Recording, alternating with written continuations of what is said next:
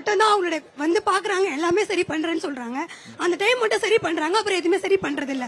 நான் கேக்குறேன், நீங்க சரி பண்ணுங்க, நாங்க ஓட்டு போடுறோம் அப்படின்னா சரி பண்றேன்னு சொல்றாங்க. நீ சரி பண்ண, நீங்க ஓட்டு போடுங்க, நான் சரி பண்றேன், நான் இந்த கட்சியில இருந்து வரேன், நீங்க போட்டு போடுங்க, நான் சரி பண்றேன். சரி ஓட்டு போட்டுடுறோம்.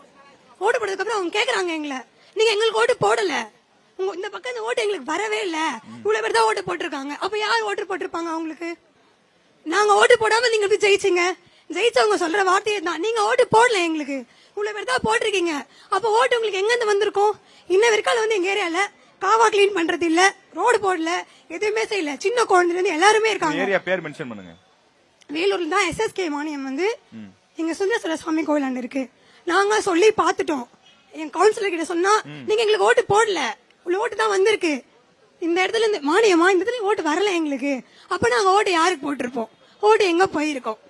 நீங்க ஜெயிச்சிருக்கீங்கன்னா இந்த பகுதியில் தான் நீங்க ஜெயிச்சிருக்கீங்க, அப்ப உங்க ஓட்டு எங்க போயிருக்கோம்? இல்ல நீங்க ஓட்டு போட்டாதான் செஞ்சு கொடுப்பங்கிறதே முதல்ல தப்பு இல்ல.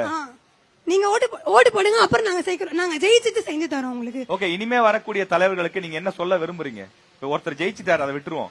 இனிமேல் வரக்கூடியவர்களுக்கு தலைவர் வந்து அவங்க சரியா இருக்காங்களா எங்களுக்கு தெரியாது. அவங்க சரியாவே இருந்தாலும் அவங்களுக்கு அடுத்தது கீழே இருக்கவங்க வந்து சரியா இருக்காங்களான்னு அவங்கள முதல்ல வாட்ச் பண்ற தலைவரோட வேலை. உங்களுக்கு அடுத்தபடியா இருக்கவங்க ஒழுங்கா இருக்காங்களா, மேல இருக்கவங்க தான் பாக்கணும். நம்மளுக்கு அடுத்து இருக்கவங்க ஒழுங்கா இருக்காங்களா. இவங்க வந்து எல்லாமே சொல்லிடுறாங்க. கவர்மெண்ட்னா வந்து ஃபுல்லாமே அவங்க வந்து எடுத்து ஸ்டெப் எடுத்து செய்யறது, கான்ட்ராக்டா உன்னை விட்டுறாங்க. கான்ட்ராக்ட் இருக்கவங்க அவங்களுக்காக பாதி சம்பளத்துக்கான வேலை ஆளுங்களை மட்டும் வச்சு வேலை வாங்குறாங்க. அவங்கள வந்து நாங்க வேலை செய்யறோன்ற கணக்கு எடுக்குது, மேலோட்டமா செஞ்சுட்டு போயிடுறாங்க. அதுக்கப்புறம் இருக்கிறது எதுவுமே பாக்குறது கிடையாது. வாரத்துல இப்போ ஒரு வார்டுனா இத்தனை பேர் வந்து இங்க வேலை செய்யணும், கிளீன் பண்ணணும்னா 2 பேர் தான் வராங்க, இல்ல ஒருத்தர் தான் வராங்க. இல்லனா வந்துட்டு ஒரு முறை நின்று போட்டோ எடுத்துட்டு போயிடுறாங்க, அவ்வளவுதான். மாசத்துக்கு ஒரு முறை, வருஷத்துக்கு ஒரு முறை வருது. நீங்க எதுக்கு இருக்கிறீங்க? எதுக்கு ஓட்டு போடுறாங்க? எதுக்கு மக்கள் உங்களுக்காக இது பண்றாங்க? நீங்க வந்து அடிக்கடி பாக்கணும்ல. நீங்க வெப்பவே வர வேணாம், வாரத்துக்கு ஒரு முறையாச்சும் வந்து பாத்துட்டு போங்க. மேல இருக்கவங்க சரியா தான் இருப்பாங்க, அதுக்கப்புறம் இருக்கவங்க நீங்க என்ன பண்றீங்க? உங்களுக்கு என்ன வேலை? உங்க வேலை நீங்க செய்யறீங்களா? நீங்க சாப்பிட்டு வீட்டுல தூங்குறதுக்காக நாங்க ஓட்டு போடுறோம்.